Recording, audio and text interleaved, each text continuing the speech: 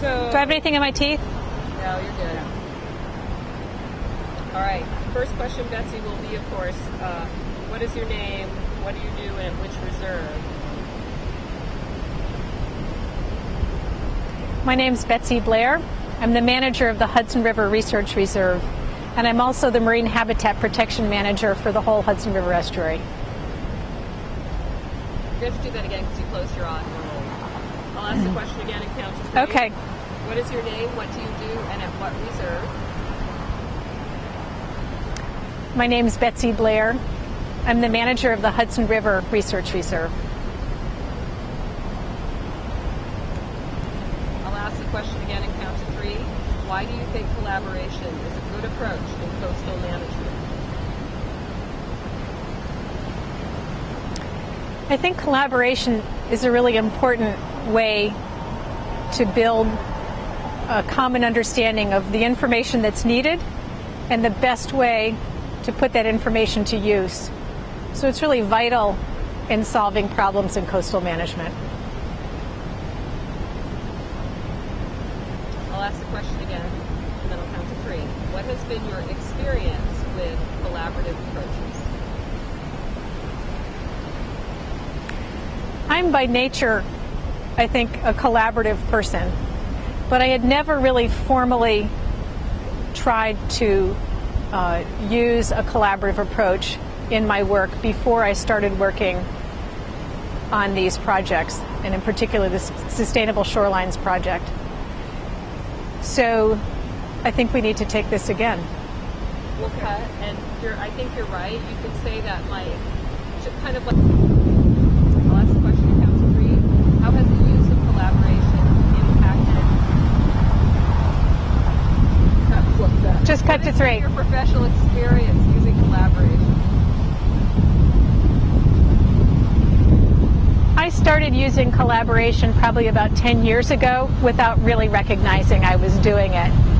It was working on a project, a mapping project to map submerged aquatic vegetation. And what we instinctively knew was we needed to have several different partners involved to make it work and to understand how to convey the information out to our intended audience. But I think I've really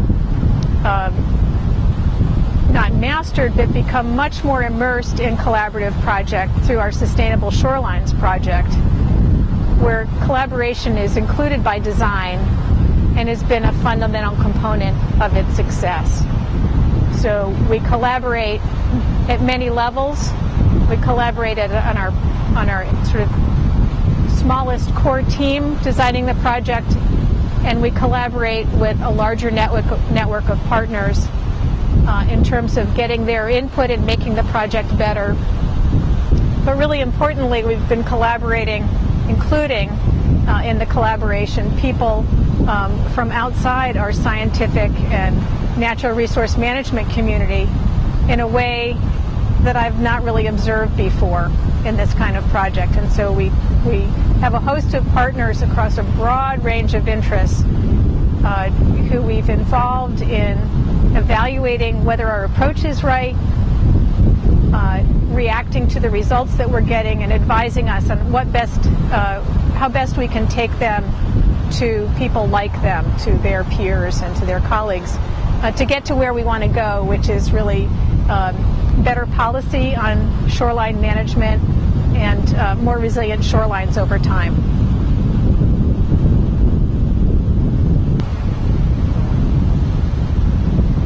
How has the use of collaboration impacted your projects, your relationships in the field? I think the collaboration on our project, can we start that over? Yep. Okay. In the Sustainable Shorelines project, collaboration has been a really important part of building community around our project, in both the folks carrying out the project, but also the people we're trying to reach with the results of the project. And a really key part of that has been having a neutral facilitator who helps people feel validated in what they're saying to us, and it creates a structured process for us to ask what they're thinking and receive their feedback. So that's been really important. The other thing that I think collaboration has done in the Sustainable Shorelines Project is to make our research much more directed and focused on issues that are of concern to the people we're trying to reach.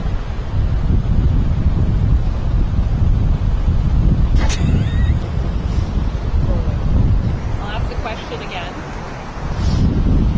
What have you found challenging about the use of collaboration in your work, and what have you done to overcome it? One of the things that's been challenging in our Sustainable Shorelines project while we're using collaboration is the increased level of complexity in terms of our partnerships and our interactions with, different circles of people who need to in turn be interacting with each other. And the way we've managed that is by using an independent consultant, a facilitator, who helps us make sure that we're including folks who need to be included at different points in the consultative process. And I can't think of where that sentence is going, but maybe we could try that one again. Sure can. I'll ask the question again in count to 3. What have you found challenging about the use of collaboration in your work, and what have you done to address it? In our Sustainable Shorelines project, we've used collaboration, and it hasn't always been easy. One of the main challenges in doing this has been that we have a lot more people involved, and we have a lot more people interactions to manage and relations to manage. One of the ways we've dealt with this is by using an independent facilitator who's a professional. She's trained in how to structure meetings and how to elicit input from the people we're trying very much to hear from, so that we feel like we have a much better process using this person with these skills. And on top of that, she has helped us understand how to do this better ourselves. So we've become much stronger facilitators and elicitors, if you will, of honest reactions about elements of our project.